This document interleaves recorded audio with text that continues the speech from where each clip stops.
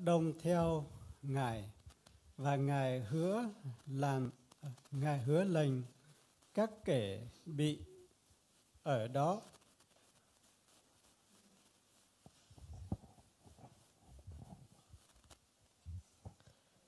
Bấy giờ những người Pha-ri-si đến hỏi để thử Ngài rằng một người có được phép ly dị vợ vì bất cứ lý do không.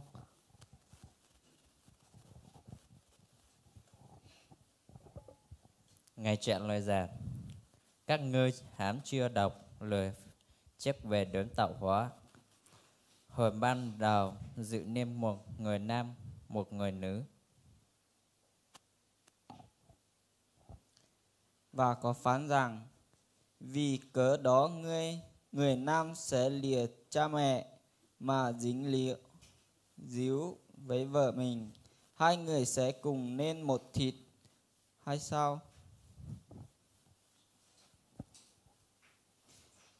Như thế vợ chồng không là hai nữa mà chỉ là một thịt.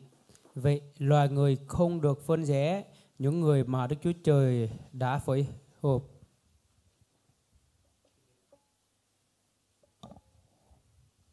Yeah. The Pharisees tried to test Jesus. Người Pha-ri-si đã cố gắng thử Chúa Giêsu And they asked him a question. và hỏi Chúa Giêsu một câu hỏi: Is it lawful for a man to put away his wife for every cause? Verse 3. Dạ. Và người Pha-ri-si đến gần để thử Ngài và rằng không vì cớ gì người ta có phép để vợ mình chăng? He's not here. He asked Pastor Thanh to leave the class for this afternoon, Sunday and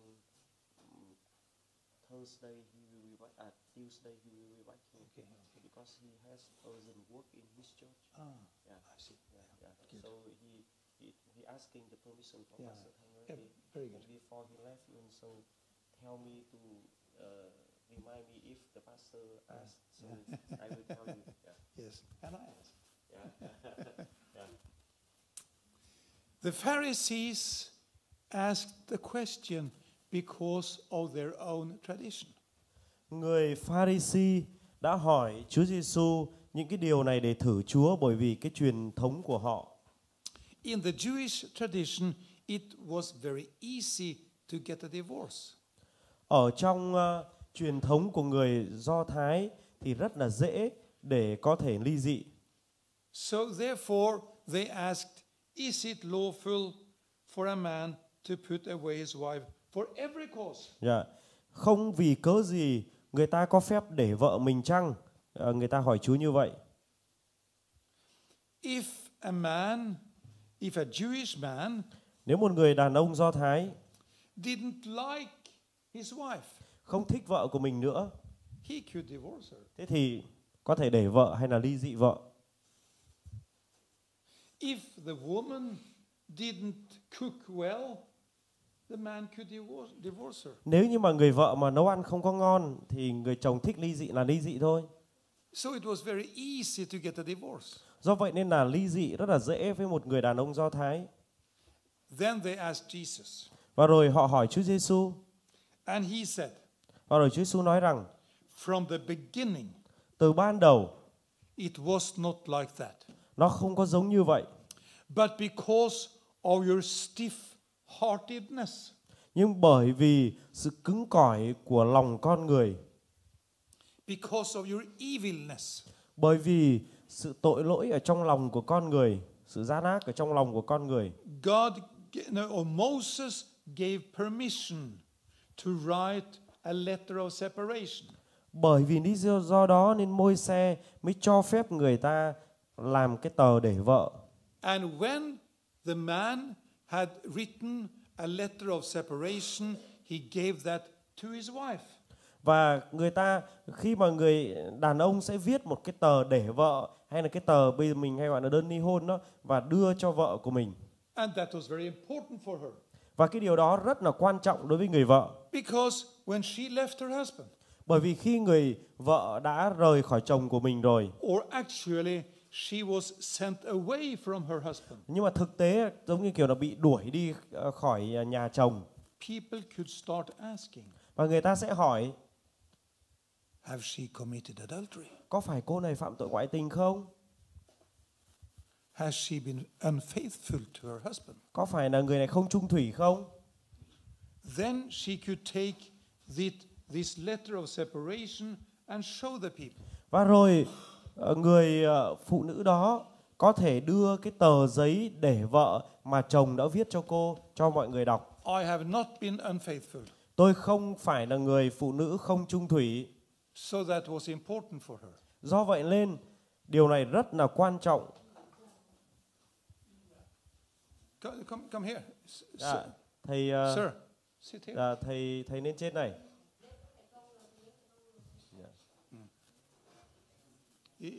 I think some have a problem with the breeze from the.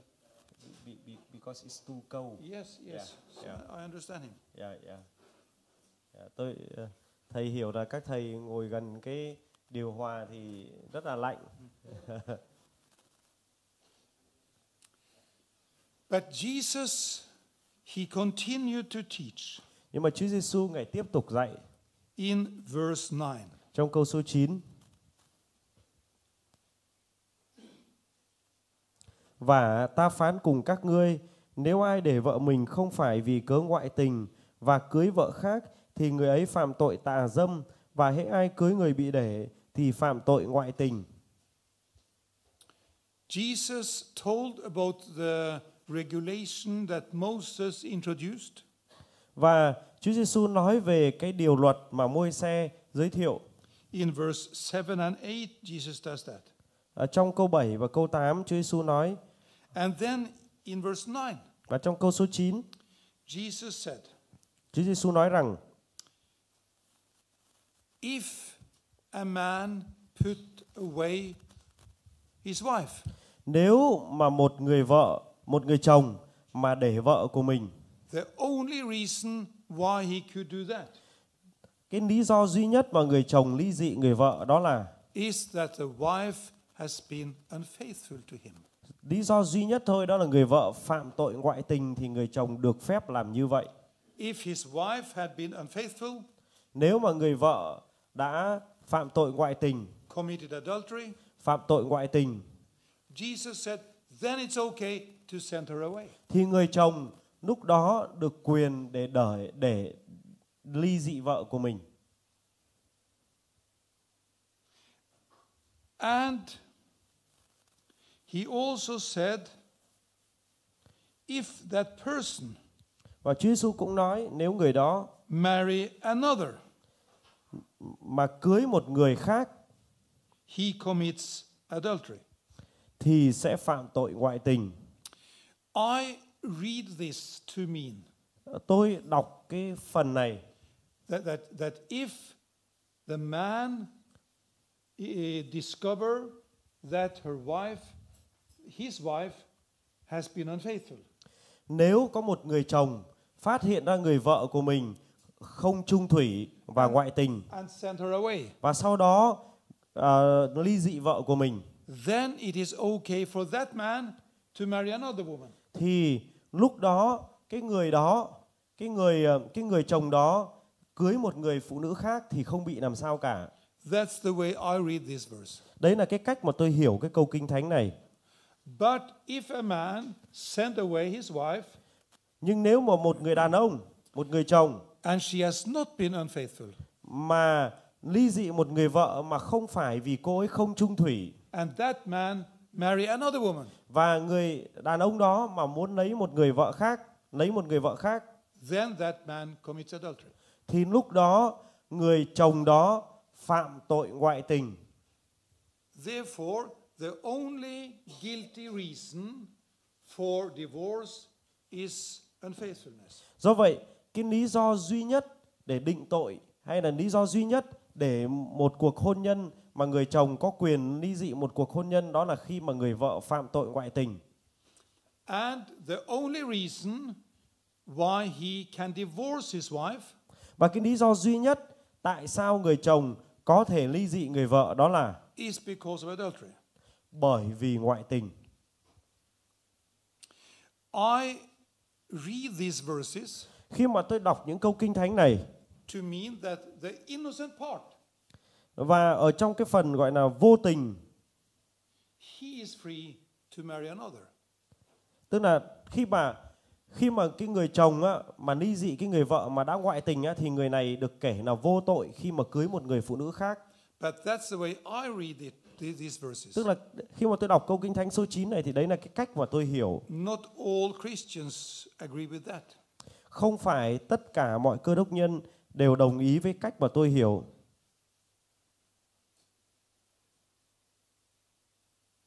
And we turn to Matthew chapter 5. Chúng ta mở ra ở trong Ma-thi-ơ chương số 5. And there we read chapter 5, verse 32. Chúng ta đọc câu số 32. Câu số 32, chương số 5.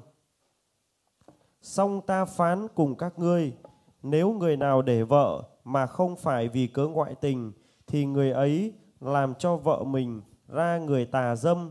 Lại nếu người nào cưới đàn bà bị để, thì cũng phạm tội tà dâm. Jesus here says the following.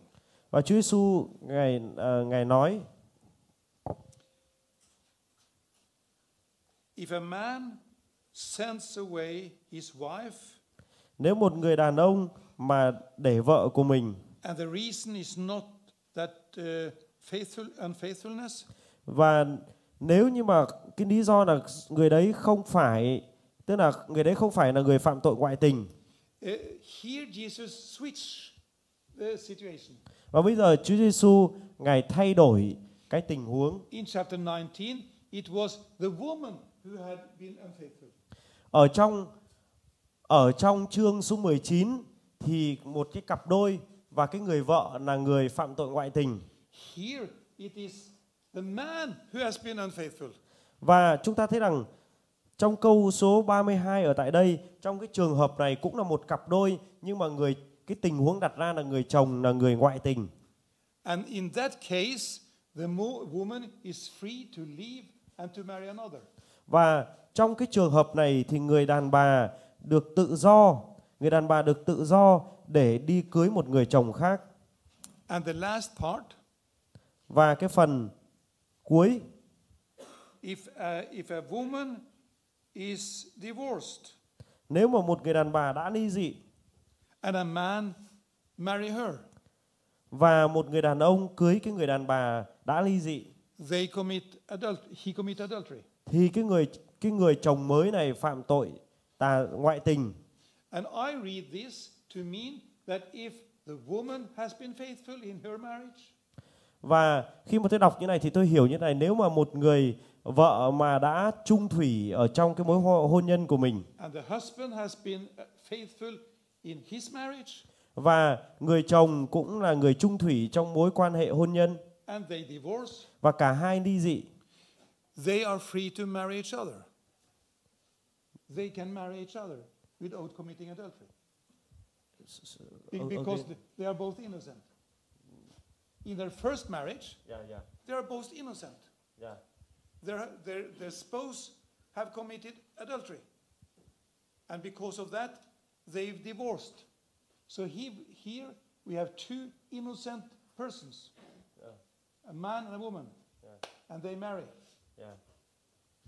I read this to mean that they don't commit adultery. So, like the woman, like the woman in her first marriage. In first marriage, can you repeat? Yeah. Because it's important. Yeah. The woman was married. Cái người phụ nữ mà đã kết hôn, her husband was unfaithful. Và rồi cái người chồng á thì phạm tội ngoại tình. And she was innocent. Và thì lúc này cái người vợ ấy là người mà không phạm tội. and she divorced. Và rồi cô ấy ly dị. The husband, Và bây giờ cái người chồng, the same husband, right? no, the marriage number 2. Ok, đấy là cái cặp đôi thứ nhất, tức là đây là cái cặp đôi thứ nhất nhá. Cặp đôi thứ nhất là người vợ là trung thủy và người chồng là ngoại tình, và bây giờ họ ly dị thì người vợ là không có phạm tội gì. Rồi, đây là cặp thứ nhất ạ. So you have a woman Yeah. in one marriage. Yeah. Và bây giờ chúng ta có một cái người phụ nữ ở trong cái cuộc hôn nhân thứ nhất. She has been faithful. Và ở trong cái cuộc hôn nhân thứ nhất thì cái người này là cái người mà trung thủy. And you have a second marriage. Và cái người vợ này là cái người mà không ngoại tình. Đây là cái người ngoại tình này. Đấy. Và trong một cái cặp hôn nhân thứ hai, In the second marriage, ở trong cuộc hôn nhân thứ hai, the woman was unfaithful. và đây chúng ta có người chồng, và đây chúng ta có người vợ, và cái người vợ này là cái người ngoại tình. Cái người chồng thì là cái người mà And the man and the woman are divorced. và họ ly dị, cả both ly dị. Yeah. And one of them in each marriage has been innocent. Yeah. Và ở trong cái cặp đôi thứ nhất á, thì cái người này ấy là không phạm tội này. Người này là không phạm tội. Và bên cái cặp đôi thứ hai này thì cái người này là không phạm tội.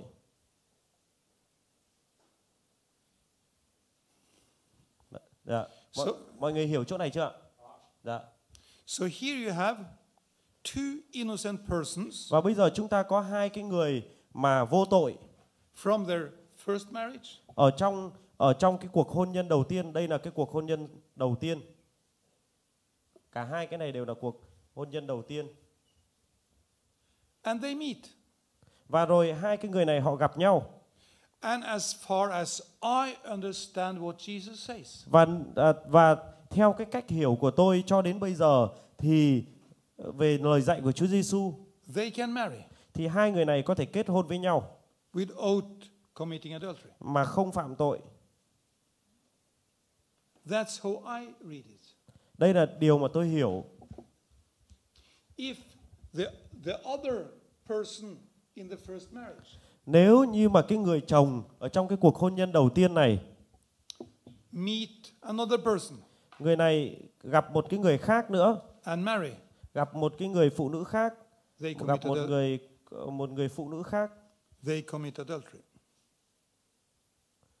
thì cả hai cái người này là phạm tội ngoại tình.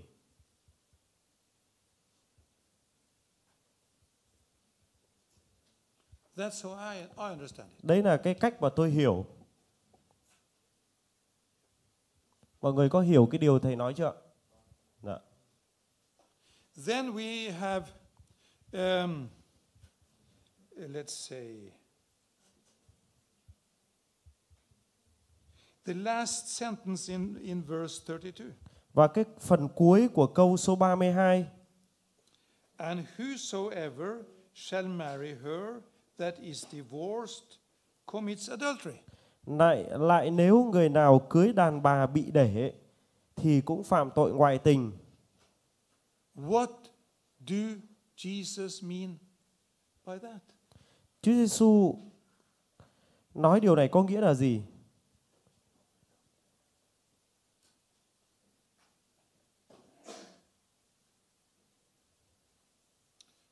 Whosoever shall marry her that is divorced commits adultery. Người nào cưới người đàn bà bị để thì cũng phạm tội ngoại tình. What does Jesus mean? Chúa Giêsu nói điều này có nghĩa là gì? You can interpret it in a very strict way. Anh chị em có thể giải nghĩa cái phần này theo một cái cách rất là nghiêm khắc. And if you have this example, Ví dụ khi chúng ta nhìn vào cái cặp đôi này, which one is the woman from the first marriage? this is the woman. Okay. Yeah. Is that she is Faithful. innocent? an innocent, yeah. faithful. This is faithful. This is wrong. Yeah. A strict interpretation of what Jesus say. Đây là một cái lý giải hết, cái cách giải nghĩa rất là nghiêm khắc. Is that woman, cái người vợ này being innocent, là lúc này là giống như kiểu là bị không có phạm tội nhưng là nạn nhân ấy. cannot marry the second time. Tức là trong cái trường hợp Matthew đoạn 5 câu số 32 thì người chồng là người phạm tội tà dâm và để lại vợ của mình, mà vợ là không phạm tội tà dâm, vợ không có phạm tội và bây giờ họ ly dị rồi. Trong cái trường hợp này Chúa Giêsu nói rằng nếu cái người đàn bà bị để mà không phải vì cớ ngoại tình mà lại cưới một cái người khác thì lúc này người này cũng phạm tội ngoại tình. Tức là đây là một cái cách giải nghĩa, một cái cách giải nghĩa mà có thể nói đó là nghiêm khắc.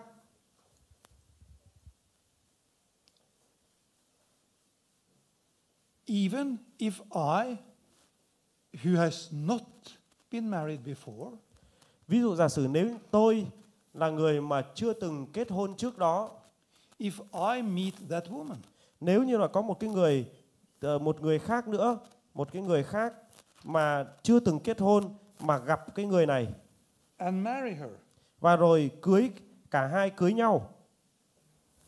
nhau, I commit adultery. thì lúc này họ phạm tội ngoại tình. Cái này là chưa kết hôn. That is a strict interpretation.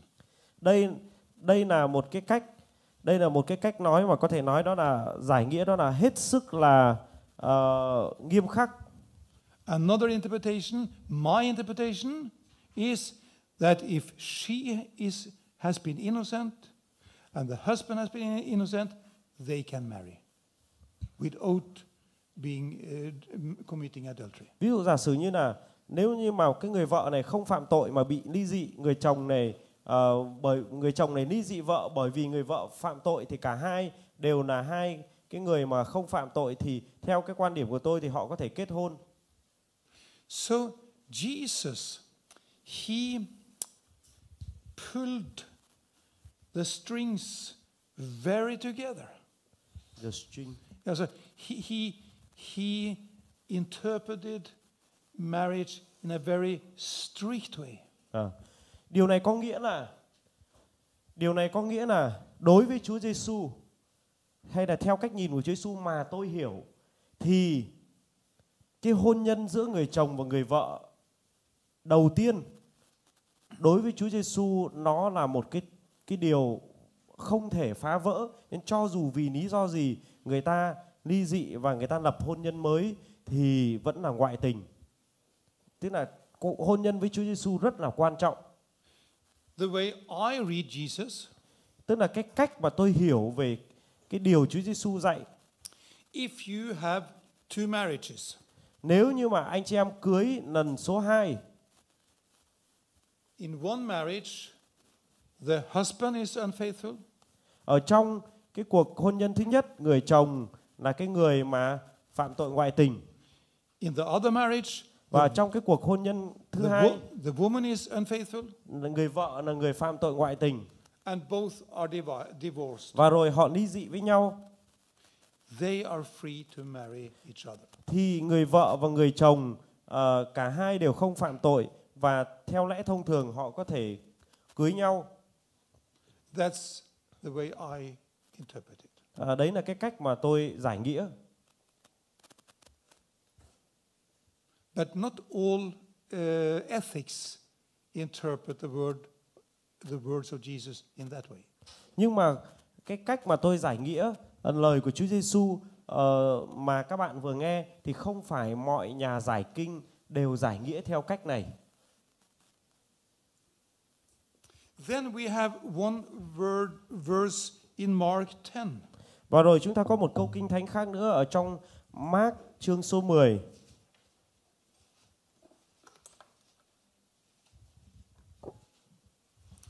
In Mark 10 verse 12. Mark chương số 10, câu số 12.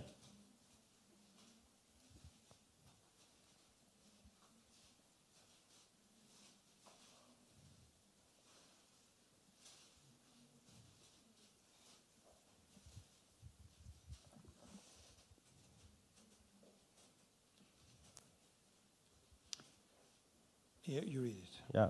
Mark chương 10 câu số 12. Còn nếu người đàn bà bỏ chồng mình mà lấy chồng khác thì cũng phạm tội tà dâm.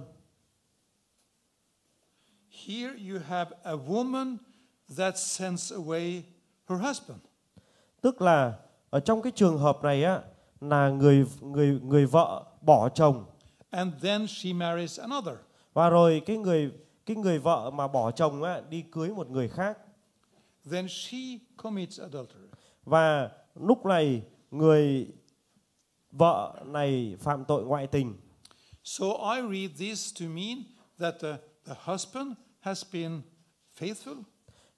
Thì trong cái trường hợp này tôi đoán là người chồng là một cái người trung thủy. But the woman, she has met another person, another man. Nhưng mà cái người vợ này thì gặp một người đàn ông khác. And she sends away her first husband. Và rồi cái người này đã ly dị với chồng của mình. And marries that man she has met. Và sau đó cưới một cái người khác và người vợ người đó và đi dị và sau đó cưới một cái người đàn ông khác. Then she commits adultery with a new man. Thì cái mối quan hệ giữa này là phạm tội ngoại tình.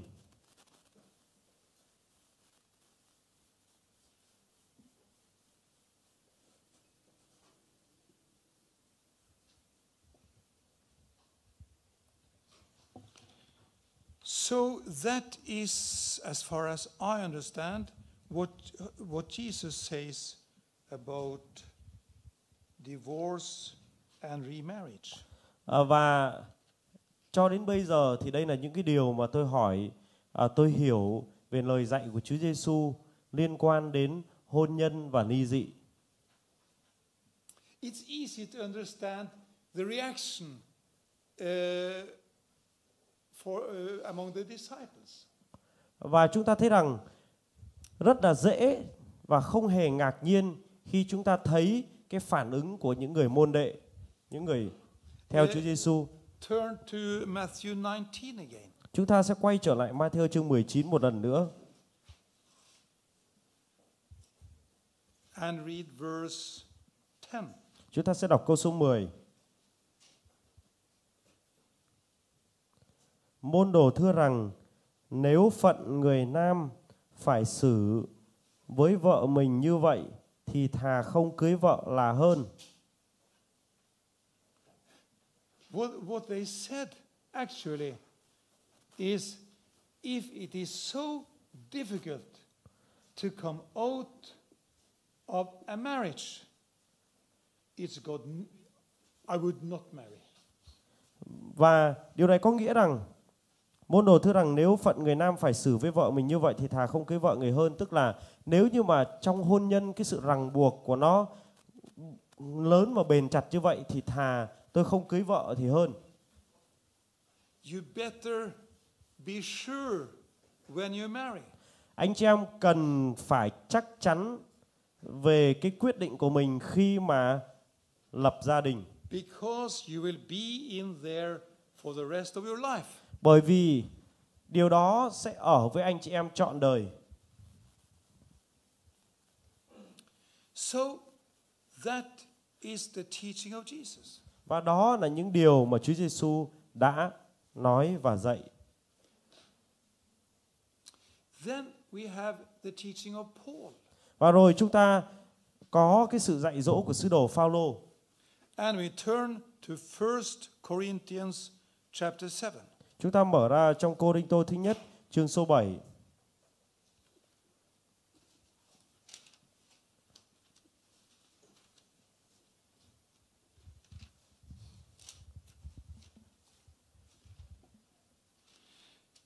And in 1 Corinthians 7 from verse 10.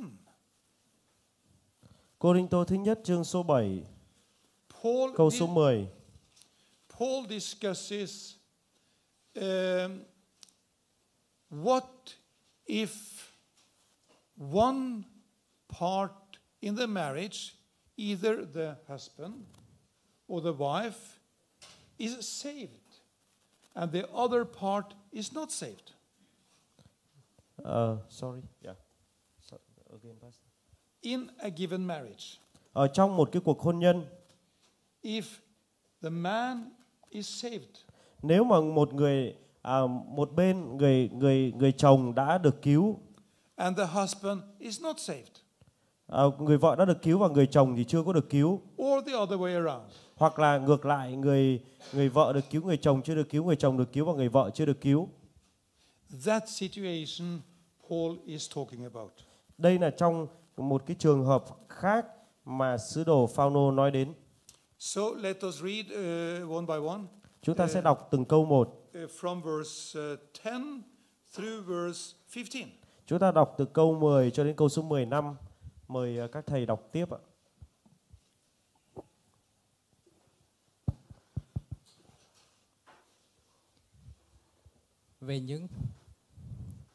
Về những kẻ đã kéo gả rồi thì nhưng chả phải tôi bề là Chúa truyền già vợ không nên liền bỏ chồng.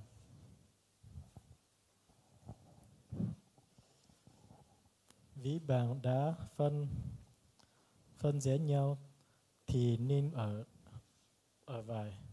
Đừng lấy chồng khác hay là phải lại hòa thuận với chồng mình.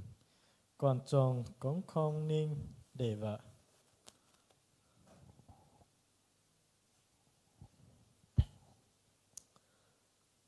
Như những kẻ khác, chẳng phải Chúa, song là chính tôi bảo họ rằng nếu người anh em nào có vợ ngoại đạo bằng lòng ở đời mình với mình thì không nên để bỏ.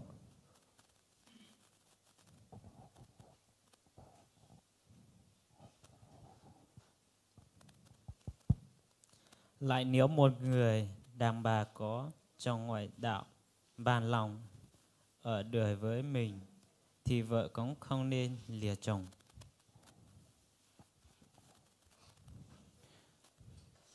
Bởi vì chồng không tin Chúa nhân vợ mình được nên thánh, vợ không tin Chúa nhân chồng mình tin Chúa được nên thánh.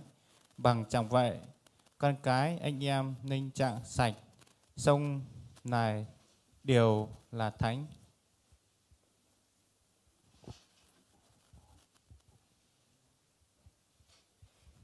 Nếu kẻ không tin Chúa muốn phân rẽ thì cho phân rẽ. Trong cân đó, người anh em hãy là người chỉ ăn, chẳng phải cần bùa gì. Đức Chúa Trời đã gọi anh em ăn ở chung sự bình an.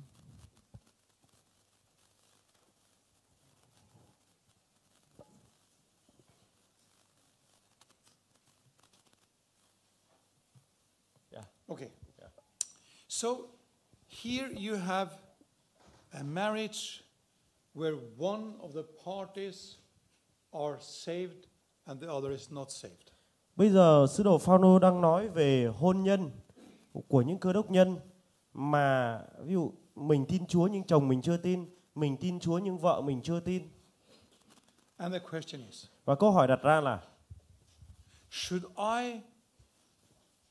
the wife send away my husband because he is not saved?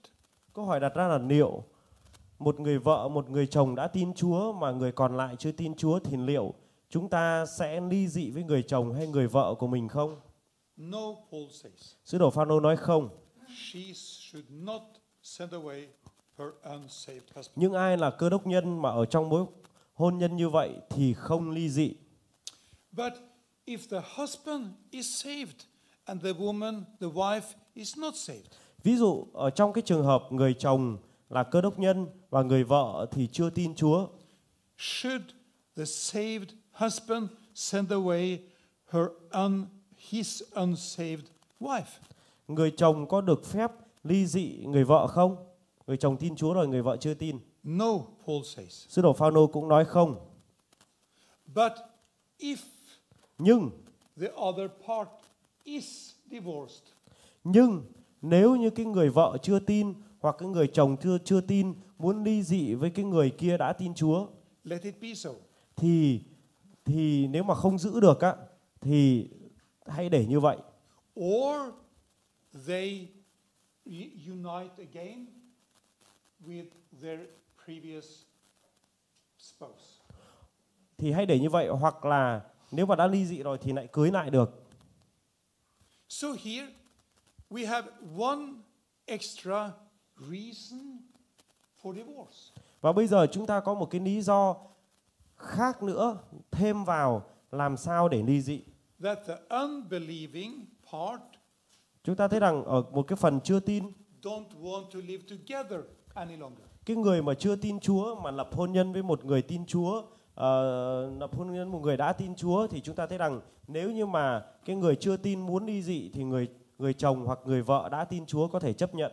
So Jesus, Chúa Giêsu he said, unfaithfulness is a reason for divorce. Chúa Giêsu nói cái lý do duy nhất cho việc ly dị đó là phạm tội ngoại tình. And as I understand, to remarry. Và theo như tôi hiểu thì những cái người mà bị để á, mà không có phạm tội á, thì có thể cứ tái hôn. This last saying is my opinion. Jesus does not say it explicitly. When I say that the Matthew, the unguilty part, when they could marry, that is my conclusion. Chúng ta thấy rằng ví dụ giả sử ở trong cái cặp hôn nhân thứ nhất, cái người vợ là không phạm tội, đúng không ạ? Cái cặp hôn nhân thứ hai, cái người chồng là không phạm tội, đúng không ạ? Và cả hai cái người này bây giờ đã ly dị rồi và họ không có phạm tội gì cả, thì theo cái quan điểm của tôi, quan điểm cá nhân tôi nhá, là hai người này có thể lập gia đình được. Jesus does not say that explicitly. Chúa Giêsu không có nói cái điều đó một cách rõ ràng. Chúa Giêsu không có nói điều đó một cách rõ ràng, nhưng đây là cách tôi giải nghĩa, các thầy hiểu không ạ? Then what Paul says, và điều mà sứ đồ Phao-nô nói, that if the unbelieving part want to divorce, okay, then they have to do that. Và sứ đồ Phao-nô nói rằng nếu như mà trong một cái cặp vợ chồng mà cái người một trong những cái người mà vợ hoặc chồng chưa tin Chúa muốn ly dị thì để cho được phép ly dị. Và chúng ta để cho người ta được phép ly dị. You could ask. Anh chị em có thể có câu hỏi không ạ? Ví dụ. Thì có thể ly dị được.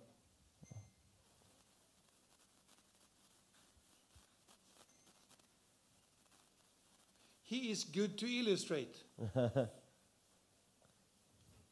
Thì có thể ly dị được ạ.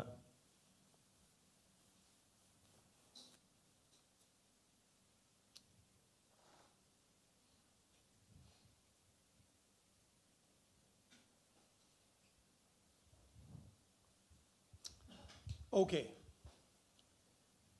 Then you could ask. Và rồi anh chị em có thể hỏi, are there other cases? Liệu có cái trường hợp nào khác where you could defend divorce? Mà anh chị em có thể chống lại việc ly dị? I mean, here comes a person, for example, a wife to you, and say, my husband beats me. Ví dụ có một cái người vợ đến và gặp người mục sư và nói rằng chồng của tôi đánh tôi. He is not good at me. Người này đối xử không có tốt. He beats me đánh tôi in trước, front of the children. Đánh tôi trước mặt con cái. And he has been doing that for many years. Và rất là nhiều năm rồi người này đánh tôi hay là bạo hành gia đình. I cannot take it anymore. Bây giờ tôi không chịu được nữa. What should I say to that person? Thế thì tôi sẽ phải nói gì với người đó? To that woman? Tôi phải nói gì với cái người phụ nữ đó? Because in most cases it's the husband who beats the wife. Mà trong tất cả hầu hết các trường hợp thì người chồng đánh người vợ. There is a verse Có một câu kinh thánh here in 1 Corinthians 7 ở trong Cô-rinh-tô thứ nhất chương số 7 that we will look closer on. chúng ta sẽ nghiên cứu sâu hơn. And that is chapter 7 verse 15. Chương số 7 câu số 15. Read that. Chúng ta sẽ đọc câu kinh thánh này. Nếu kẻ không tin Chúa muốn phân rẽ thì cho phân rẽ.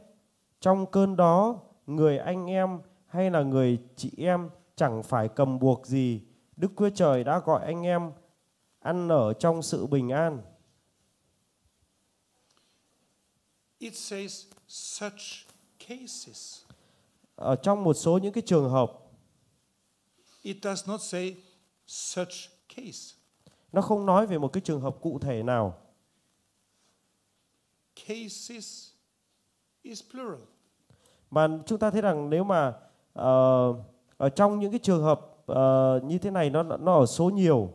And based upon that, Và dựa trên cái điều này, some Christian ethicists, they understand this to mean there are more cases. ở trong một số những cái trường hợp nhiều những cái người cơ đốc nhân họ hiểu rằng kẻ không tin Chúa muốn phân rẽ hay là người chị em chẳng thì trong cái đó người anh em hay người chị em chẳng cầm buộc gì, thì trong cái phần này nó kẻ không tin Chúa nó nói về cái số nhiều, tức là có nhiều cái trường hợp. A husband married to an unsaved wife and vice versa, that is one case. Một người chồng mà cưới một người vợ mà chưa tin Chúa, ví dụ. But there could be other cases. Nhưng mà không phải chỉ có cái trường hợp như vậy, có thể có những trường hợp khác. And what are the other cases? Thế thì những cái trường hợp khác là trường hợp nào? And some theologians think that Paul learned that there are some cases where marriage cannot continue. Và một số nhà thần học họ nói rằng sứ đồ Phao-nô đã học và biết nhiều những cái trường hợp ấy mà hôn nhân không thể đi chung với nhau. And the old church fathers, những cái người mà gọi là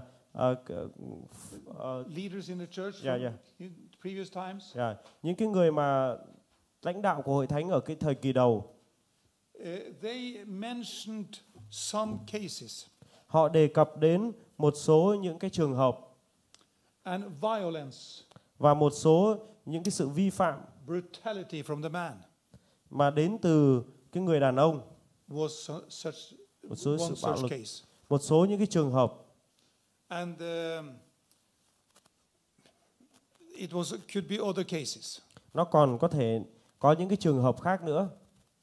But the most obvious question is if the husband is brutal. Và một trong những cái trường hợp hiển nhiên đó là cái người đàn ông là bạo hành. So when we interpret verse 15 in that way, và nếu như chúng ta giải nghĩa cái câu kinh thánh trong câu số 15 theo cái cách suy nghĩ như vậy, we have the unfaithfulness Jesus is talking about. Chúng ta nói về cái trường hợp mà không chung thủy Chúa Giêsu nói đến. We have the unsaved couple as Paul is talking about. Chúng ta nói về những cái cặp đôi mà có một người chưa được cứu mà sứ đồ Phao-nô nói đến. And we have other cases. Và chúng ta có các cái trường hợp khác. That is divorce. Đó là ly dị. Then the question is, what about remarriage? Và thế bây giờ nói về việc tái hôn thì sao? Jesus said something clear about that. Chúa Giêsu nói một số điều rất là rõ ràng về việc tái hôn. If the person who has been married and is being unfaithful, if he marries again, that is not okay. Và nếu như mà một cái người chồng mà đã phạm tội ngoại tình và sau đó ly dị và cưới một người phụ nữ khác thì cái điều đó không có chấp nhận được. Then we have what Paul says. Và rồi điều mà sứ đồ Phao-nô nói, if the believing party is divorced because the unbelieving part leave. Ví dụ giả sử như là cái người chồng tin Chúa mà người vợ chưa tin và sau đó họ muốn đi, cái người vợ muốn ly dị. Then the believer should stay unmarried. Thế thì cái người chồng và cái người vợ này ấy cần phải làm gì? Cần phải ở như vậy trọn đời.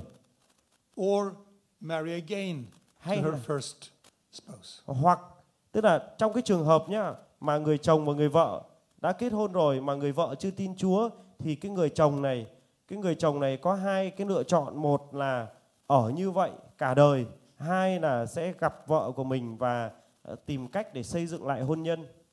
Then finally, Và cuối cùng there is a formulation in verse 15. và rồi có một cái công thức ở trong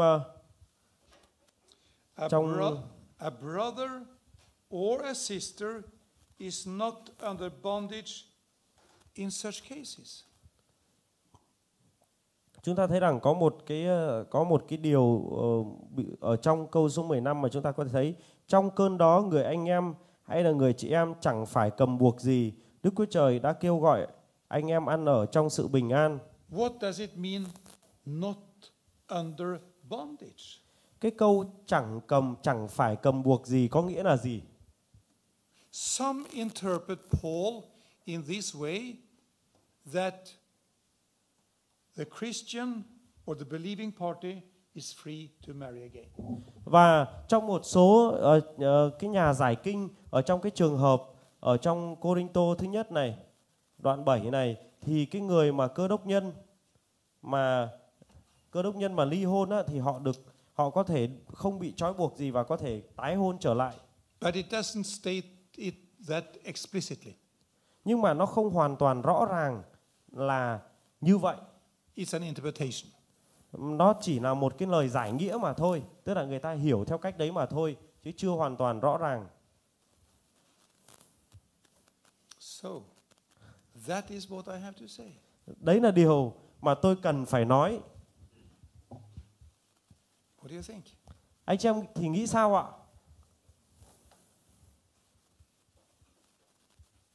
What was your answer, your question? Okay, I repeat your question. Yeah. So there is a couple, the husband and the wife, they live with each other, and then they divorced. We don't know the reason, and then the husband become a believer. He believed in Jesus Christ and very faithful in doing the mission as well. And then after he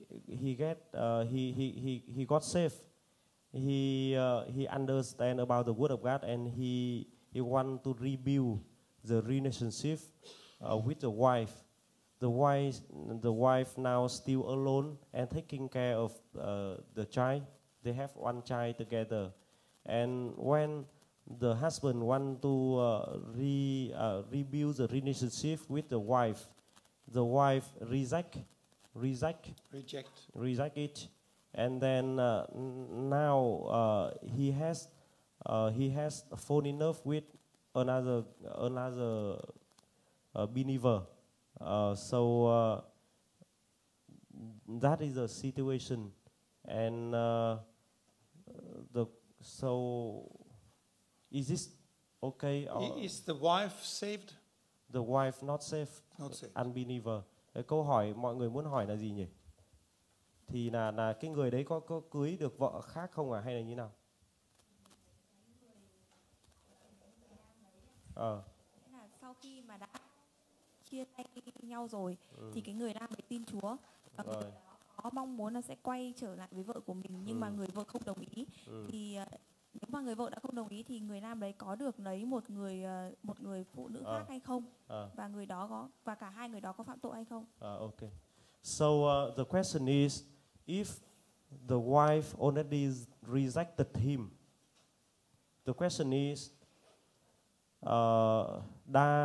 does he has the permission to get married with another girl? Does can he get married with another girl? And second, that if they get married, do they committed sins or not? Yeah.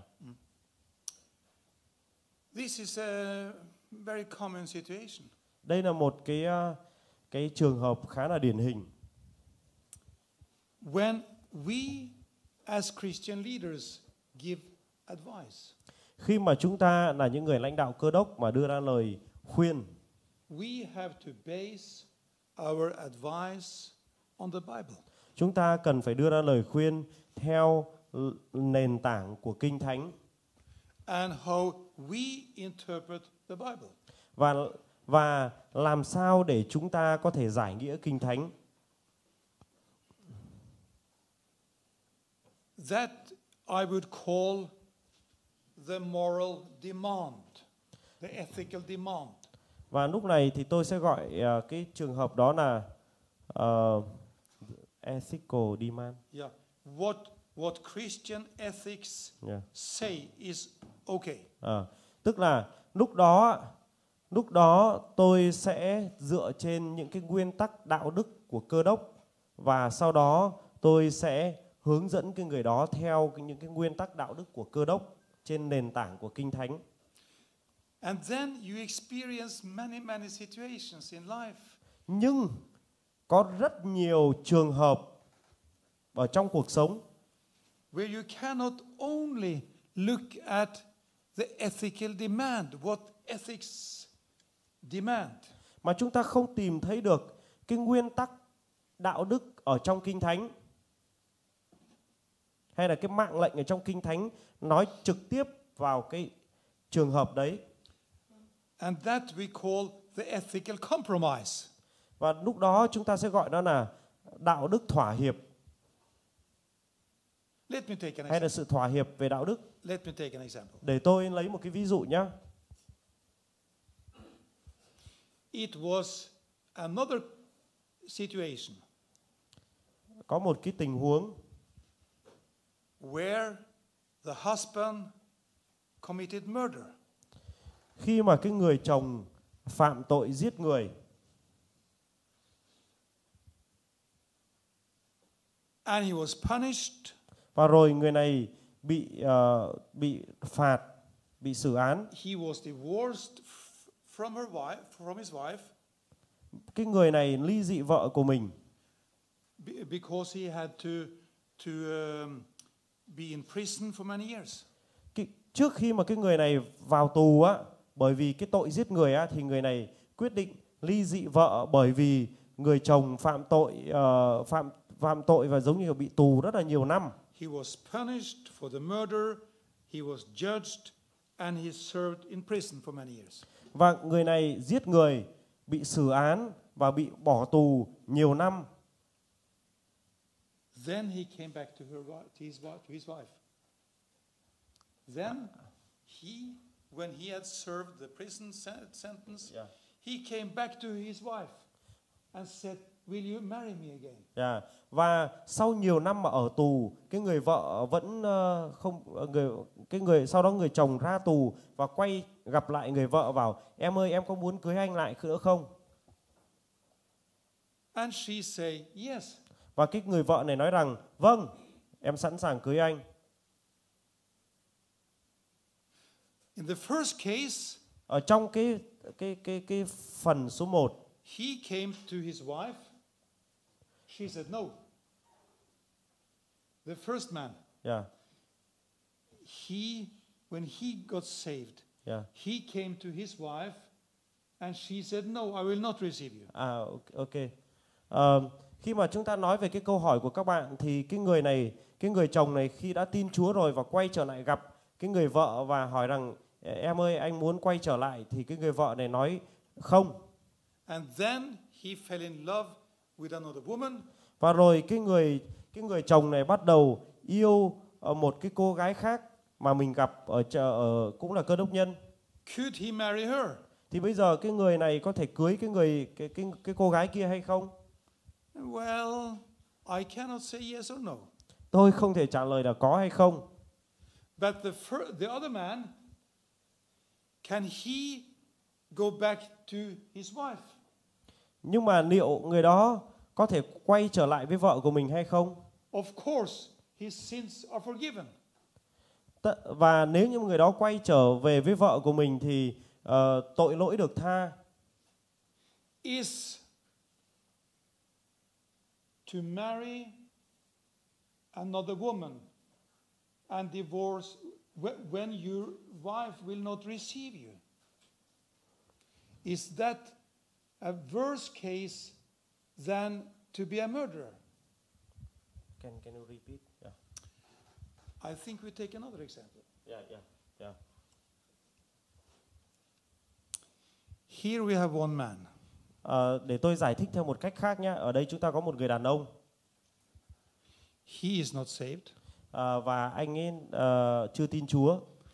There is another man. Và ở bên cạnh này có một người đàn ông khác. He is not saved. Và cái người này cũng chưa tin Chúa. That man, cái người đàn ông này meets a woman. Người đàn ông này gặp một người phụ nữ. Marry her. Và rồi cưới cô ấy. But are divorced. But the marriage ends in divorce. Và rồi cái cuộc hôn nhân giữa người đàn ông này và cái cô gái này kết thúc bằng việc ly dị. This man, cái người đàn ông thứ hai kia, he used women like toys. Người đàn ông này thì lại đối xử với phụ nữ giống như kiểu là đồ chơi. He lived together with one woman after another. Tức là người này sống với một phụ nữ, sau đó lại sống với một cô gái khác, cứ như vậy thay đổi người. He never married them. Chưa từng cưới họ bao giờ, mà chỉ có ngủ thôi. But he had 6 women. Nhưng mà đã từng có 6 người phụ nữ rồi. That he lived together with. Mà đã từng sống với 6 người phụ nữ. From Christian ethics, ở trong đạo đức Cơ Đốc, this man did the right thing. Thì cái người này đang làm điều đúng đắn. He married the girl. Là đã cưới cái cô gái. That man lived a life that was not acceptable to Christian ethics. Cái người này sống và ngủ với người phụ nữ khác mà không có cưới xin, điều này không được chấp nhận ở trong đạo đức Cơ Đốc. Then both are saved. Và rồi cả hai người đều được cứu. They become Christians. Họ trở thành Cơ Đốc nhân. He is divorced. Cái người này thì ly dị. He is not divorced. Cái người này thì không có ly dị. Because you don't need to divorce a girl you haven't been married to. Bởi vì anh chưa từng cưới vợ, đúng không? Nên là anh không cần phải tái hôn. What do I say to them? Thế thì bây giờ tôi sẽ nói điều gì với cả hai người? I say, tôi sẽ nói, I don't ask where you come from. Tôi sẽ không hỏi về bạn từ đâu hay là cái bối cảnh của bạn là gì. I don't ask what happened before you were saved. Tôi sẽ không hỏi về trước khi mà anh được cứu thì đời sống cũ của anh như thế nào. I ask, how do you want to live from here on? Tôi sẽ hỏi rằng từ bây giờ trở đi anh sẽ muốn sống như thế nào. So I will say, you are free to marry and you are free to marry. Và tôi sẽ nói rằng anh được tự do để sống tiếp và anh cũng được tự do để sống tiếp. Hãy tự lựa chọn hướng đi cho mình. So therefore, in that case, do vậy trong cái câu hỏi của người chị em đây, husband and wife had been married and divorced as non-believers. Cái người chồng và cái người vợ đó họ cưới nhau và họ ly dị trước khi mà người chồng được cứu. Then the man was saved. Và sau đó người chồng tin Chúa Giêsu. And I don't think he should carry the punishment. Và tôi không nghĩ rằng người đó nên mang theo những cái sự đoán phạt ngày trước For what he did before he was saved. cho những cái điều mà người này đã làm trước khi mà tin Chúa Giêsu. He tried to do the right thing. Anh ấy đang cố gắng để làm điều đúng. Go back to his wife. Đã cố gắng quay trở lại với vợ của mình. That door was closed. Nhưng mà cái cánh cửa đã bị đóng. And I think he's free to marry the other girl he fell in love with. Do vậy tôi nghĩ rằng người đó sẽ được tự do để kết hôn với một người phụ nữ khác mà người đó đã yêu. But that is because đó là bởi vì what happened when you were an unbeliever. Điều đó đã xảy ra bởi vì tất cả những cái điều đó đã xảy ra trước khi mà người này tin Chúa. And now you are a believer. Và bây giờ trở thành một người tin Chúa. And if any man is in Christ, và nếu như mà bất kỳ một ai đó ở trong Chúa Giêsu, he is a new creation. Thì người đó là một tạo vật mới. Old things have passed away. Tất cả mọi sự đều trở nên đã đi qua rồi. And all things have been new. Và tất cả mọi sự đều trở nên mới. But nhưng if that couple nhưng nếu như mà cái cặp đó had been Christians đã là Cơ đốc nhân and they divorced và rồi họ ly dị as Christians, là trên cương vị lúc đó vẫn còn là Cơ đốc nhân, and then he came to his wife and asked, can we join again? Và sau đó quay trở lại gặp vợ của mình và nói rằng chúng ta có thể tái hôn được không? And she say no. Và cô ấy nói không. And then he find another girl. Và rồi anh ấy đi tìm một cô gái khác. Then I would not have said the same. Thì tôi sẽ không nói tương tự đâu. So it's because when you are Christians, bởi vì anh chị em là Cơ đốc nhân, you have another light. Anh chị em đã có cái ánh sáng. And before divorcing, trước khi mà ly dị, God can help you. Đức Chúa Trời có thể giúp anh chị em. God can sort out the problems in your marriage. Chúa có thể giúp đỡ giải quyết mọi cái vấn đề trong hôn nhân của anh chị em. So that's the way I see it. Và đó là cái cách mà tôi nhìn. What do you think? Rồi, các thầy nghĩ sao ạ? It was much teaching. It was many things here. Có rất là nhiều điều mà chúng ta đi qua, đúng không ạ? Cái này đau đầu quá. Nhưng mà các thầy vẫn hiểu, đúng không? Có thầy cô nào có câu hỏi nào nữa không ạ? Dạ, thầy tên là gì nhỉ? Thầy Giang à? Thầy Giang à? Giang, mời thầy Giang đi ạ. Nhờ chuyển mic giúp cho thầy Giang. Dạ.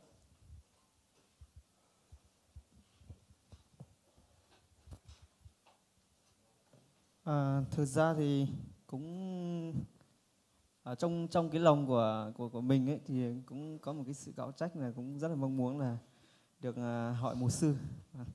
Thì câu hỏi của mình là trong mối quan hệ hôn nhân lâu năm của mình thì mục sư có những cái bí quyết nào mà đã giúp cho ông bà mục sư sống hạnh phúc với nhau đến giờ phút này, thì xin mục sư có thể chia sẻ cho các thầy đây cùng học hỏi.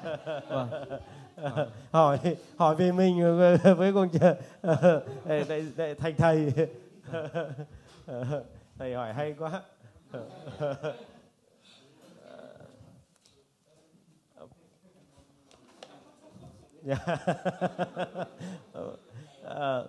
So I think you also surprised. Yeah. So in my personal life, I have bad conscience or being feeling guilty, and that's why I want to ask this question. And the question is that through your marriage life, So do you have any secrets or principles to build a happiness marriage relationship? Oh, yes. Yeah, vâng, câu trả lời là có ạ. I've been married for 54 years. Tôi đã kết hôn 54 năm. So, what's the secret? Vậy thì cái bí mật hay cái bí quyết ở đây là gì? When I met my Christine, my wife, Khi mà tôi gặp vợ tôi là bà mục sư Christine, I was sold out. I was sold out. You know what that means? It's an expression that means I was lost. Yeah.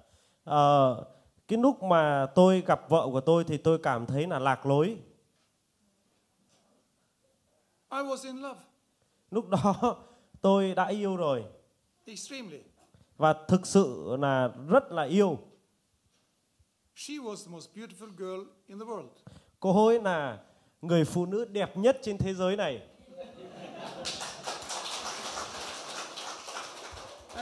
And she still is. Và ngày hôm nay cô ấy vẫn đẹp nhất. So we did not enter into some kind of arrangement. Đây không phải là một cuộc hôn nhân sắp đặt. That two families talk together and we didn't we were not a part of that. No. Không có sự gặp gỡ hay là giới thiệu của hai bên gia đình. So it was not an intellectual love. Do vậy đây không phải là hôn nhân về mặt tri thức. It was emotional. Mà đây là hôn nhân về mặt tình cảm, chúng tôi gặp nhau và yêu nhau. Then rồi I always try to encourage her. Và tôi luôn luôn trong mối quan hệ của hai người, tôi luôn luôn cố gắng để khích lệ vợ của mình. Not one day passed that I don't say I love you. Không có một cái ngày nào mà đi qua mà tôi bỏ lỡ cơ hội để nói rằng anh yêu em. Always, I love you. Ngày nào cũng như vậy, anh yêu em. Anh yêu em. And not one day expire if I don't hug her. Yeah. Và ví dụ từ sáng cho đến tối trong suốt 54 năm mà ví dụ đến tối mà chuẩn bị hết ngày rồi á mà tôi không kết thúc cái ngày đó bằng cái việc ôm cô ấy. Early in the morning and late at night. Kể cả là buổi sáng hay là buổi tối. So this we have been used to that. Chúng tôi thường làm như vậy. So if there is a day where I forgot to hug her, nếu như có một ngày mà tôi quên ôm vợ của mình, or she forget to hug me, hoặc cô ấy quên ôm tôi, we ask, did you get a hug today? Và chúng tôi hỏi, hôm nay anh đã ôm em chưa nhỉ? Hay là hôm nay em đã ôm anh chưa nhỉ? And then we give another one. Và rồi chúng tôi ôm nhau một lần nữa. So we nurture the love. Và chúng tôi, nên cái nguyên tắc của chúng tôi là nuôi dưỡng tình yêu. And then we ask for forgiveness. Và rồi bên cạnh đó thì chúng tôi giống như kiểu là xin sự tha thứ. If one of us have done something that we should not do, we say, can you forgive me? Và nếu như cả hai chúng tôi mà có lỡ làm một cái điều gì đó mà tổn thương nhau hoặc là không đúng thì chúng tôi sẽ hỏi anh ơi hay là em ơi có thể tha thứ cho được không? And in that way we show respect for each other. Và từ đó qua cái cách đó chúng tôi bày tỏ sự tôn trọng lẫn nhau. And then we play together. Và rồi chúng tôi đi chơi cùng với nhau. We like to enjoy life. Chúng tôi rất là thích để hưởng thụ cuộc sống cùng với nhau. Take time together. Dành thời gian cho nhau. Be together. Ở cùng với nhau. And in that way, we are part of each other's life. Và theo cái cách như vậy thì chúng tôi là một phần ở trong đời sống của người kia ở trong cuộc sống. We always have vacation together. Chúng tôi luôn luôn có kỳ nghỉ cùng với nhau. And when it comes to this hugging part, và khi mà chúng tôi ôm nhau, when the children lived at home, khi mà con cái ở tại nhà, we were always eager to show the children that we have each other. Chúng tôi rất là thích thú và rất là ôm nhau ở trước mặt con cái. Ý là ôm ở trước mặt con cái nhẹ nhàng ấy. We never hugged each other only behind closed doors. Chúng tôi không phải là chỉ có ở trong phòng riêng mà chúng tôi ôm nhau. We hugged each other so the children could see it. Chúng tôi ôm con cái, ôm nhau ở trước mặt con cái để rồi con cái có thể nhìn thấy tình yêu của cha mẹ. And do you know the result? Anh chị em biết là cái kết quả là gì không ạ? Our children in their marriage they hug. Con cái của chúng tôi ở trong hôn nhân của chúng nó cũng ôm vợ và chồng của mình. At least the 4 boys. Ít nhất là 4 những người con trai đều làm như vậy. They hug their women. Và họ 4 cái người con này thì họ ôm vợ của mình. Marriage is just like a bank account. Và chúng ta thấy rằng hôn nhân giống như là một cái tài khoản ngân hàng. When you encourage each other, khi mà anh chị em khích lệ lẫn nhau, when you talk together and are kind to each other, khi mà anh chị em nói chuyện với nhau, anh chị em tử tế với nhau, it's like putting money into the bank account. Giống như kiểu lúc này anh chị em nạp tiền vào trong tài khoản ngân hàng. And if you experience difficulties, và khi mà anh chị em đối diện với những khó khăn, and you have enough money on the bank account, và nếu như mà không có đủ tiền ở trong ngân hàng, it's easier to live through the tough times. Thì it's easier to when you meet problems and tough times. Thì nếu mà đã từng nạp rất là nhiều tiền vào rồi thì khi mà đi qua thời điểm khó khăn thì lúc đó mình có tiền để mình trải, ý là đi qua cái hoàn cảnh khó khăn đó có đủ tình yêu. And we always listen to each other. Và chúng tôi luôn luôn lắng nghe lẫn nhau. And I listen to her. Từ khi mà tôi lắng nghe vợ tôi.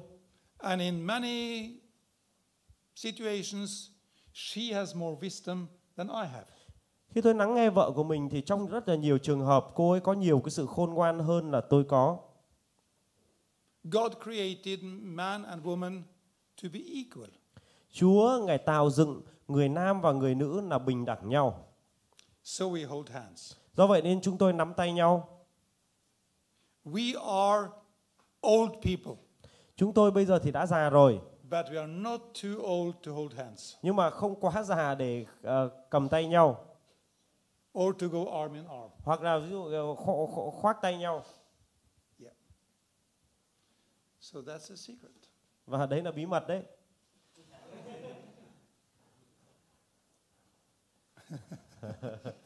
But he said he feel guilty. Huh? He said he feel guilty. You feel guilty? So he asked that question. Okay, why do you feel guilty? Tại sao trước khi hỏi thầy này cảm thấy là bị cáo trách?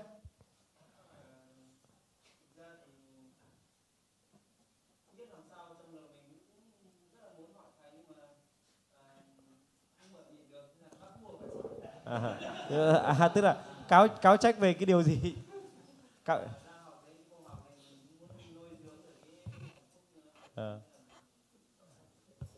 Cáo trách về cái này cũng chưa rõ lắm. So I doesn't know what kind of feel guilty because we study about marriage, so I just want to ask how we can build a good relationship in marriage only. Yeah. More questions. Câu hỏi nào khác không ạ? Rồi, thầy tên là gì? Thầy bên dưới trước, có nhiều câu hỏi quá. Tôi Xin có một câu hỏi là thực ra thì trên hội thánh của các địa phương của vùng cao thì thường là không phải là người tin Chúa mà đàn ông tin Chúa mà đi lái người vợ mà chưa tin Chúa. Nhưng mà thực ra thì trong hội thánh của tôi thì có một cái trường hợp như thế này. Đấy là không phải là đắc kết hôn rồi nhưng mà gọi là chàng trai và cô gái. Đấy, đối với thì có một chàng trai thì nó chưa tin Chúa. Thì trước khi thì cũng không biết là hai cô và chàng trai đó là đã tìm hiểu về tình yêu với nhau. Thì có một thời gian sau thì khả năng là cái thời gian mà tình yêu với nhau thì cũng khá lâu rồi. Đấy, trong vài tháng rồi thì cũng sắp cưới rồi thì chàng trai đấy gọi điện cho cô là chắc chắn là nó sẽ cưới cái cô mà đã tin Chúa ở trong hội thánh đấy. Đấy thì có một lúc đó thì người của cô gái đấy mới gọi tôi đến nhà. Thì nên khi lệ cô đấy có nên đi lấy cái chàng trai đấy không? Đấy, bởi vì là người ấy thì nó không tin Chúa.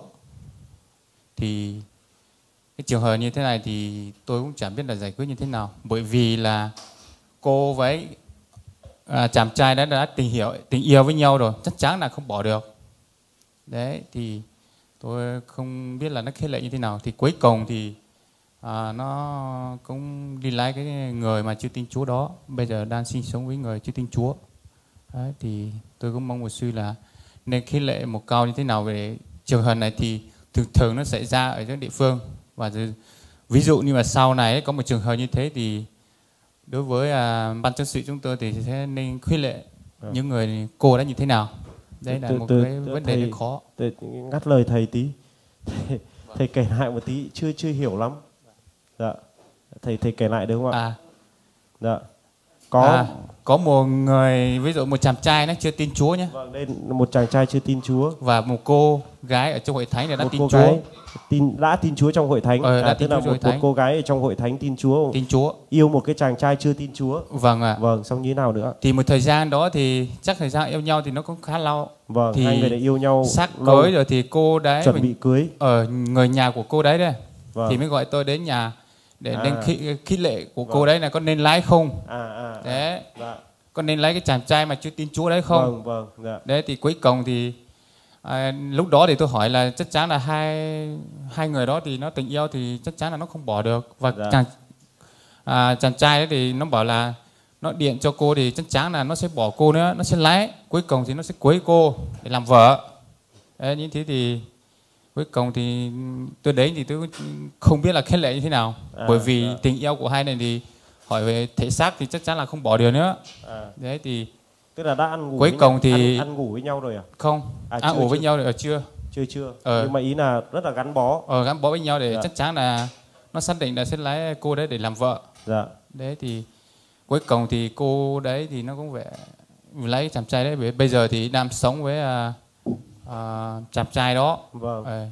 Bây giờ cưới rồi đúng không ạ? Cưới rồi. Vâng. Thì câu hỏi là ý nào Linh có cái lời khuyên như nào với những người mà yêu người ngoại đúng không? Đấy. Thì sau này giả sử như hội thánh thì không biết là lúc nào cũng có, nhưng mà cái này thường thì hội thánh trên địa phương chúng ta thì lúc nào có nhiều. Thì nên có trường hợp đấy thì nó đi rồi, nhưng mà có trường hợp sau thì có thể chúng tôi sẽ khuyên họ như thế nào. Rút kinh nghiệm. Đấy.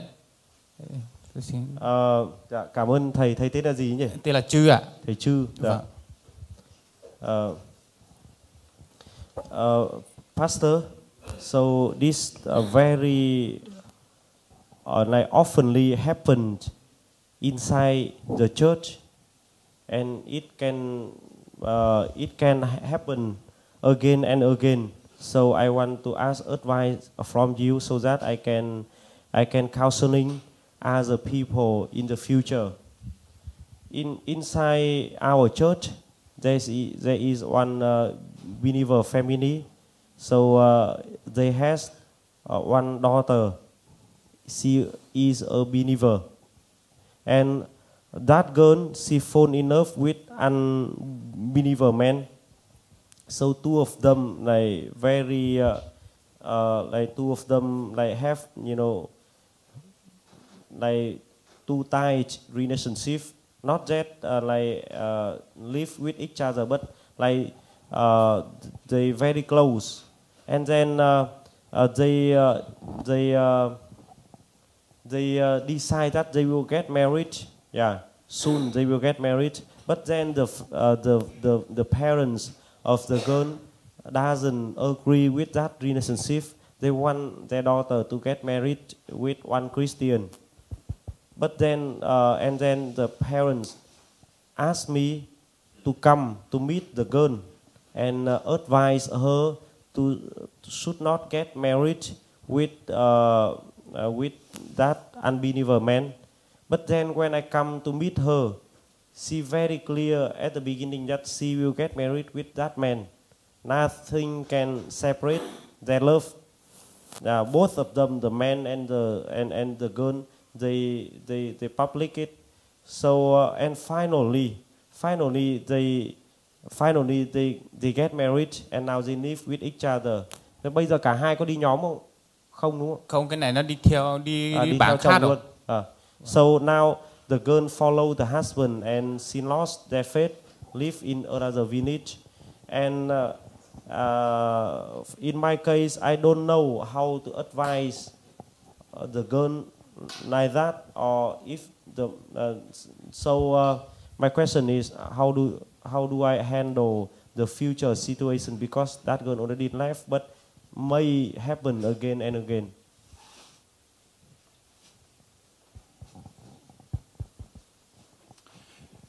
There is very clear advice in the Bible.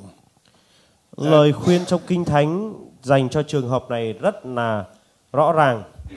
That a believer should not marry an unbeliever. Một người tin Chúa thì sẽ không cưới một người chưa tin Chúa, tức là chớ mang ách với kẻ chẳng tin nữa.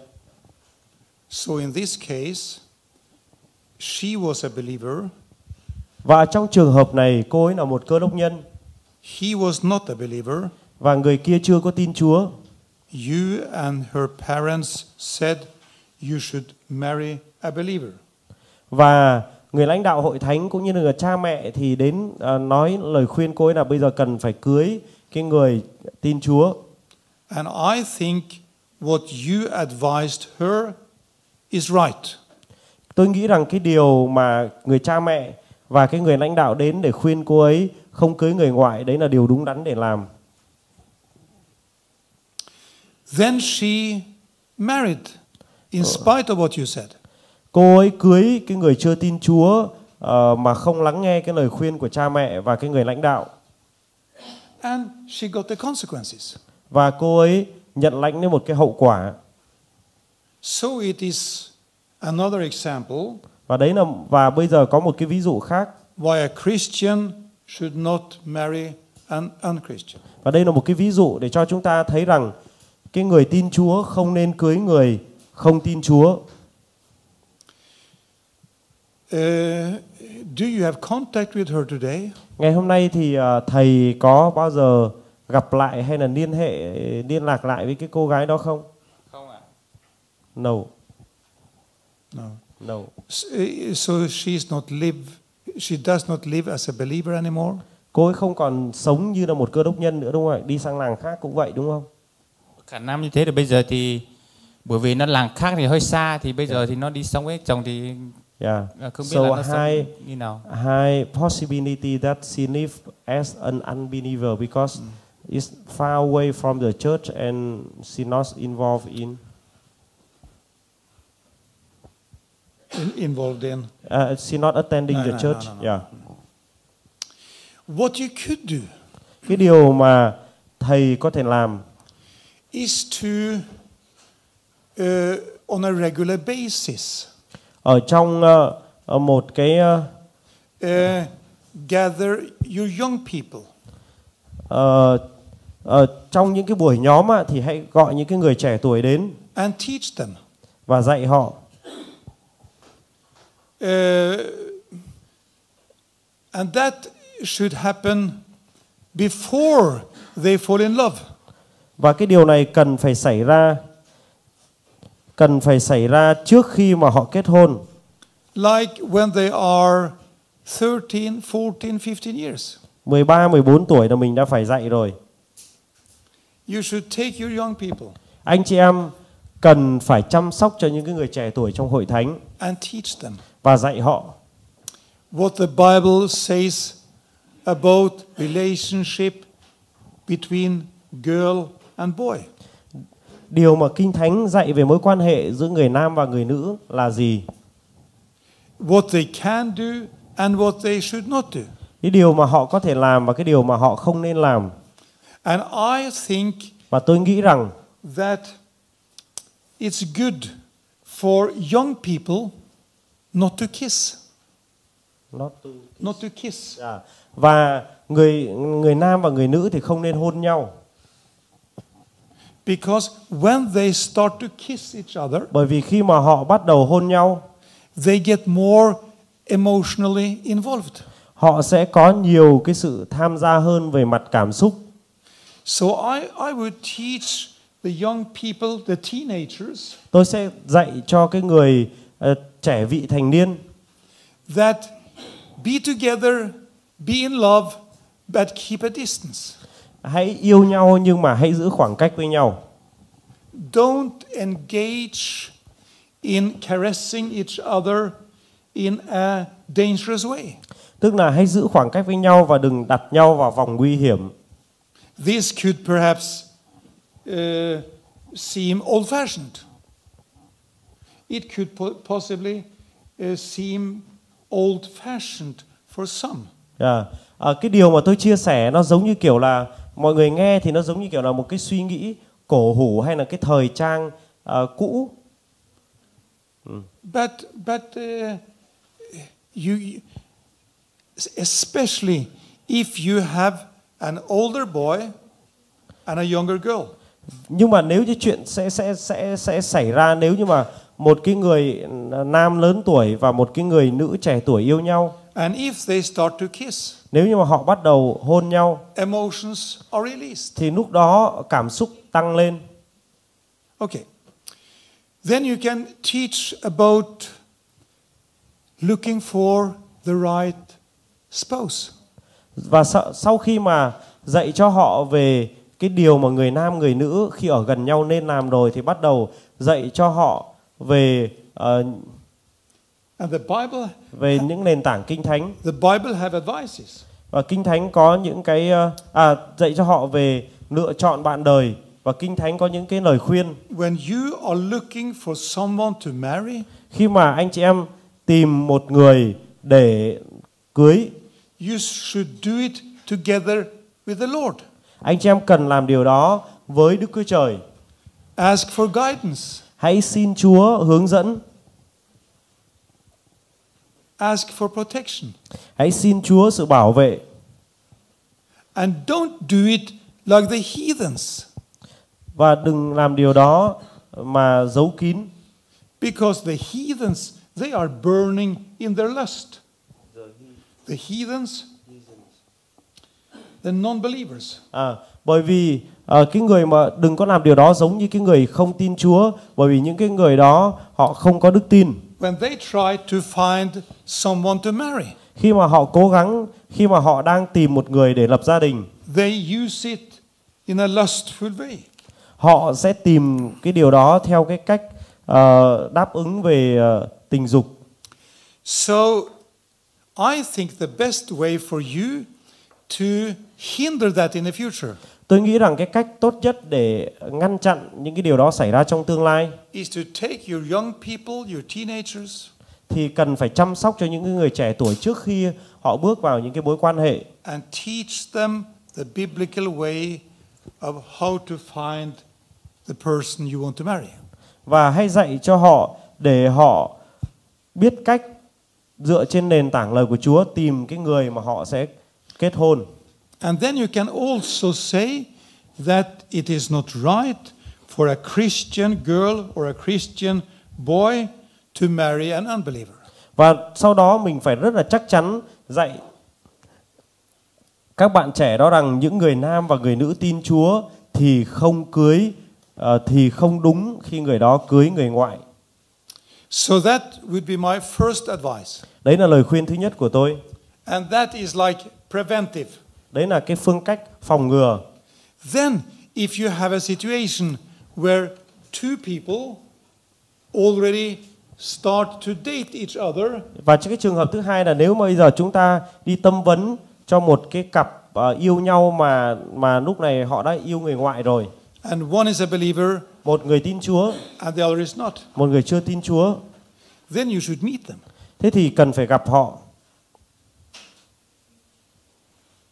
Because it's very difficult Bởi vì nó rất là khó to say to a person who is in love, để có thể nói được với cái người mà đang yêu, you shall not love that person anymore. đừng có yêu người kia nữa. Rất là khó. They are emotionally involved. Lúc này cái cảm xúc của họ rất là cao. So when you and her parents try to talk her out of that, Mà khi mà ví dụ người lãnh đạo và bố mẹ cố gắng để mang cô ấy ra khỏi cái mối quan hệ đó, you had small chances of success. You had small chances to succeed. Thì sẽ có một cái cơ hội rất là nhỏ để thành công. Because it's emotions. Bởi vì cái cảm xúc của hai cái người yêu nhau nó rất là cao. But one could talk to the two. Nhưng mà nói chuyện thì được.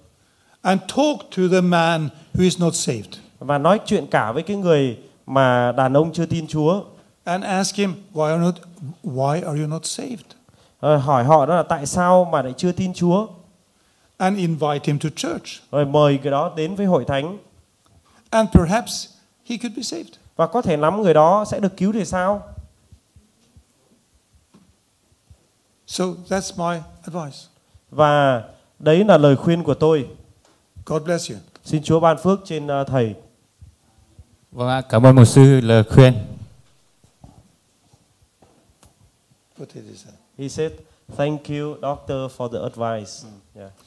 I just want to add something to my friend in the back there. Tôi muốn thêm một số lời khuyên cho thầy ngồi ở cuối. With the grandfather. Thầy Lừ đúng không? Lử đúng không? Cho cái người đàn ông. I just want to ask you, is the grandfather a member of the church? Cái người đàn ông đó bây giờ đang là một thành viên chính thức của hội thánh, có hay không?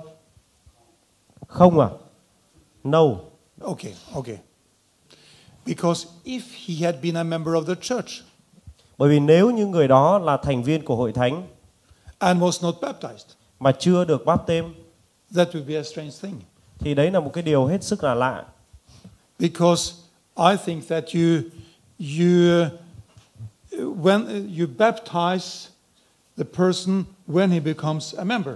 Bởi vì để trở thành một thành viên chính thức của hội thánh thì người đó đã phải học giáo lý rồi chịu báp têm rồi mới trở thành thành viên. Yeah. But why he knows about the church and asking for the baptism? Ask him. Tại sao người đó không phải là thành viên mà lại xin làm thành viên và xin làm báp têm? Có phải là vẫn đi nhóm đúng không? Vẫn đi nhóm à? Thế mà đi nhóm như ý là mình không phải là đăng ký là thành viên chính thức đúng không?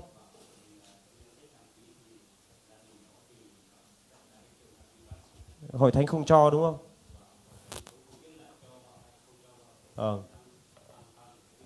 Thế người đó đi nhóm thường xuyên, cả vợ đi không? À quên, cả cái người cháu đi không? Mấy đứa con có đi không? So the grandfather, the niece and their children still going to the church.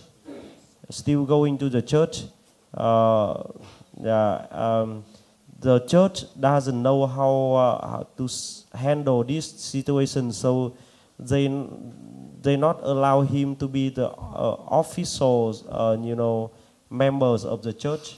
Yeah, so they just skip it. Yeah, but their family, but they still going to the church. Yeah. The best thing for you when it comes to this grandfather. Cái điều tốt nhất khi mà nói đến cái người ông is to explain the situation for him in the following way. Hãy giải thích cái tình huống cho cái người này theo cái cách sau đây. What he has done is wrong. Cái điều mà người đấy này đã làm là sai rồi. But he can ask for forgiveness to God. Nhưng mà có thể xin Đức Chúa Trời tha thứ. That is between him and God. Cái đó là cái mối quan hệ giữa người đó với Đức Chúa Trời. Then, on the other hand, và một mặt khác, if you baptize him, nếu như mà hội thánh mà làm báp têm cho người đó, it's like giving him a support for what he has done. Thì lúc này giống như kiểu là mình đang đồng lõa với người đó và ủng hộ cho những điều mà người đó đã làm. And it will be a public thing. Và lúc đó làm sao nó sẽ ảnh hưởng đến toàn thể hội thánh.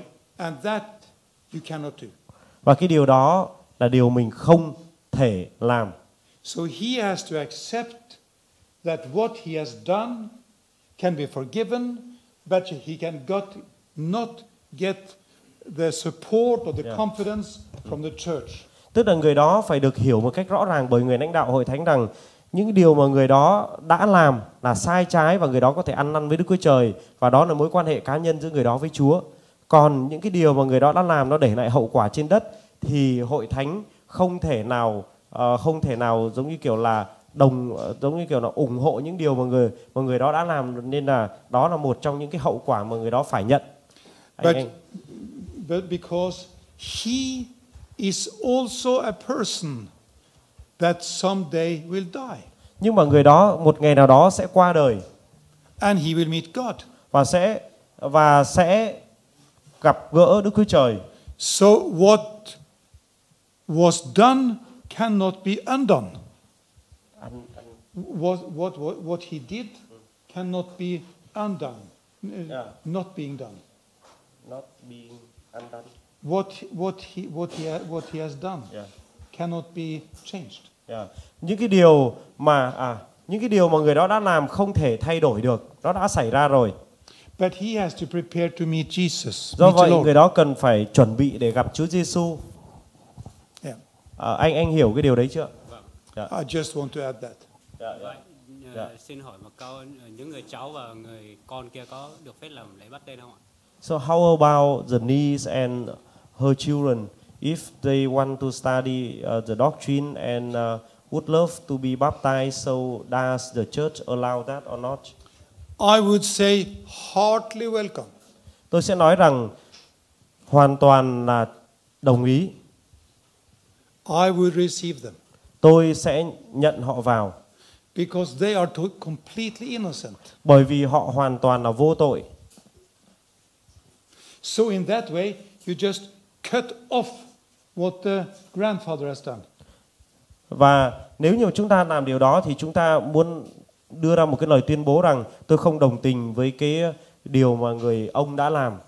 And you let the niece and the children start anew.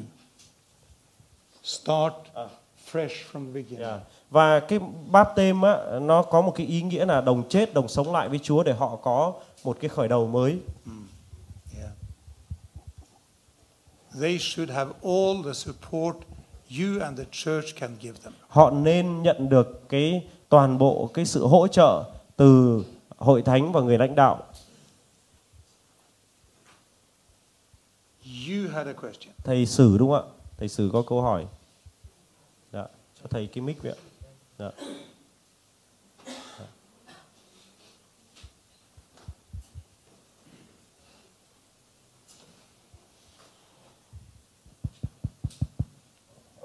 Em có một câu hỏi. Dạ, xin mời thầy. Giáo sư để khích lệ cho em và sẽ tư vấn cho em để em sẽ biết làm thế nào. Dạ. Em có 4 anh em, tính cả em nữa là 4 anh em. Và theo cái tình trạng của nó là 4 anh cả của em và anh cả thứ nhất và anh cả thứ hai. Thì anh cả thứ nhất thì nghe nói là có quan hệ tình dục với vợ của anh cả thứ hai. Đúng rồi. Anh thứ nhất thì ngủ với vợ của anh thứ hai. Đúng rồi, ngủ với anh thứ hai. Thì theo cảm làng và thế quan hệ của hai người đó thì rất là nhận được mà đã yêu nhau và đã có quan hệ với nhau, tình dục với nhau rồi, nhưng mà chưa bắt được quả tang. Cho nên như vậy thì không biết là phải làm thế nào. Vâng. Tức là bây giờ cái người anh cả Vâng. vẫn sống với vợ mình. Vâng. Người anh thứ hai vẫn sống với vợ mình. Vâng. Nhưng mà có một cái lời đồn thổi. Đúng có rồi. một cái lời đồn thổi là người anh cả. Vâng. Người anh cả thì ngủ với vợ. Vâng. Của cái người anh thứ hai. Đúng rồi. Và nhưng mà chưa có bắt được quả tang. Đúng rồi. Vậy thì bây giờ phải làm thế nào? Đúng rồi. Dạ. So in my family, thầy là thứ mấy? Thầy là con. Yeah. In family, trước thầy là có 2 người anh và 1 người chị gái à? Yeah. So in my family we have in my father's family have 4 children. I have 1 older sister and 2 older brothers. Yeah. And then the eldest brother get married with his wife, and the second brother get married with his wife. And then there is a rumor around the village that the first brother, the eldest brother, sniffed with the wife of the second brother. The rumor around the village, but then we never have a chance to catch it. Just rumor only, but no proof, no evidence. So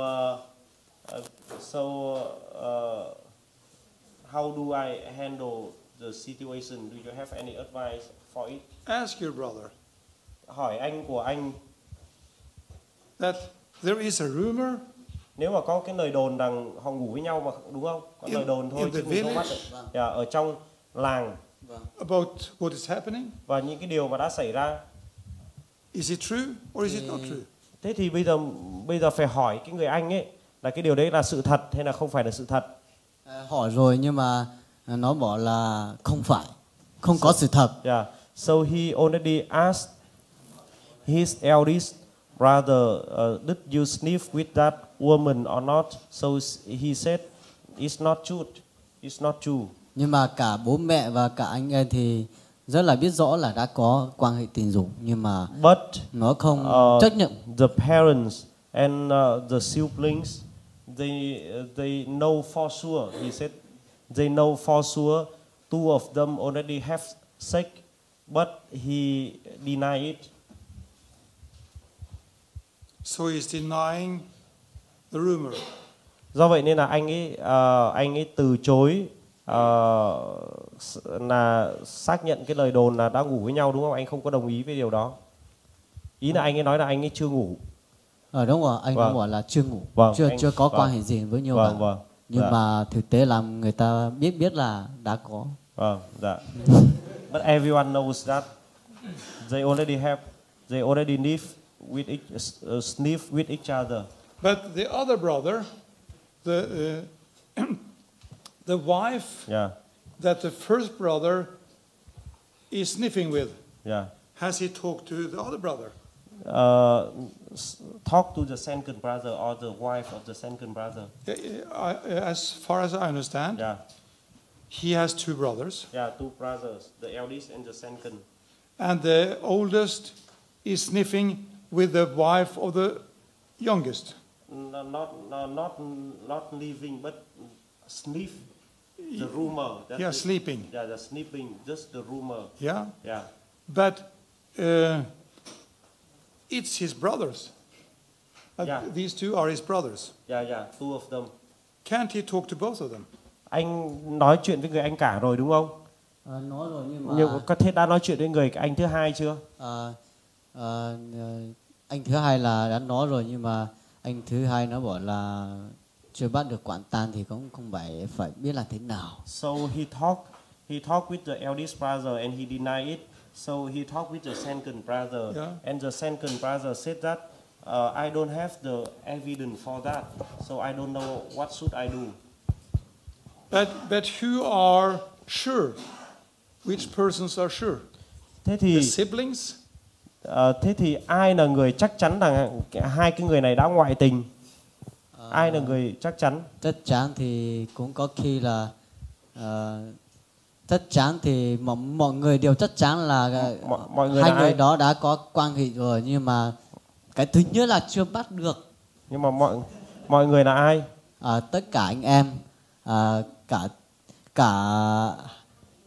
cả là trong đó, và cả hai vợ của anh cả ấy, và anh cả có hai vợ à? Vâng. Anh nói lại đi, anh nói lại đi. Hai vợ của anh cả có hai vợ nữa. Đấy, cô vâng. Và cũng theo cái đi viên lần đi lại thì mọi người đều thấy là hai người đó thì rất là có quan hệ. Tức là thấy thôi. Chỉ thấy thôi. Và cũng đi đường thì cũng gọi nhiều và cũng đi than nhiều, nhưng mà chưa bắt được cái mà. Tức là không có bằng chứng. Thế anh đã nói chuyện với cái chị dâu thứ hai chưa? Chưa đúng không? Vâng.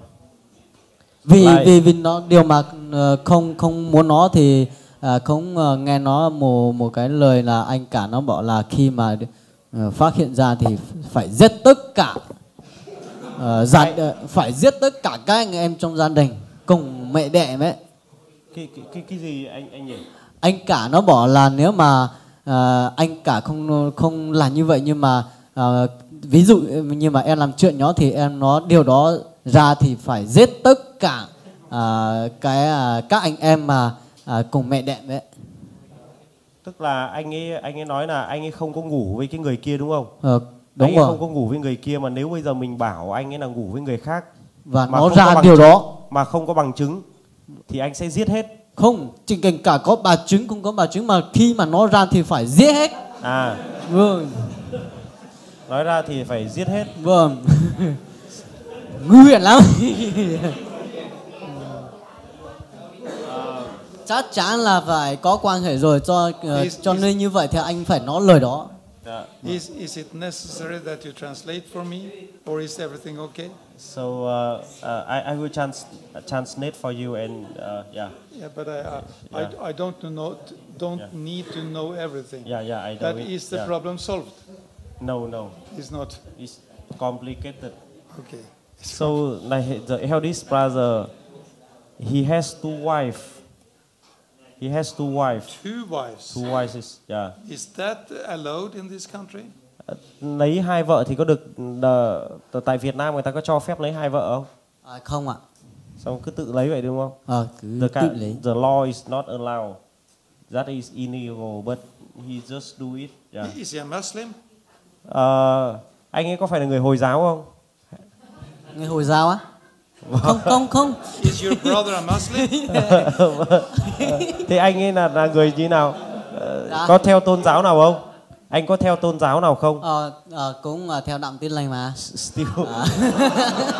Because the Muslims can have 4 children, 4 wives. Theo luật của người Hồi giáo ấy, là người Hồi giáo người ta được phép cưới 4 vợ. Còn theo luật của Việt Nam và theo luật của Tin Lành ấy là chỉ cưới 1 vợ thôi. Đấy. He said he's still a Christian. No. Không, chả có cái luật nào của Cơ Đốc nhân là bảo lấy 2 vợ cả. Nhưng mà anh cả đó là lấy 2 vợ trước khi mà chưa tin. He get married to 2 wives before become a Christian. Before he become a Christian, he already has 2 wives. Yeah. The missionaries that come to a country where a husband has 2 wives. Và một cái giáo sĩ đến một cái quốc gia kia, nơi mà cái người đàn ông ở tại nơi đó có 2 vợ. They say that you have to choose what wives you want to live with. Sau khi họ tin Chúa thì họ phải đưa ra cái lựa chọn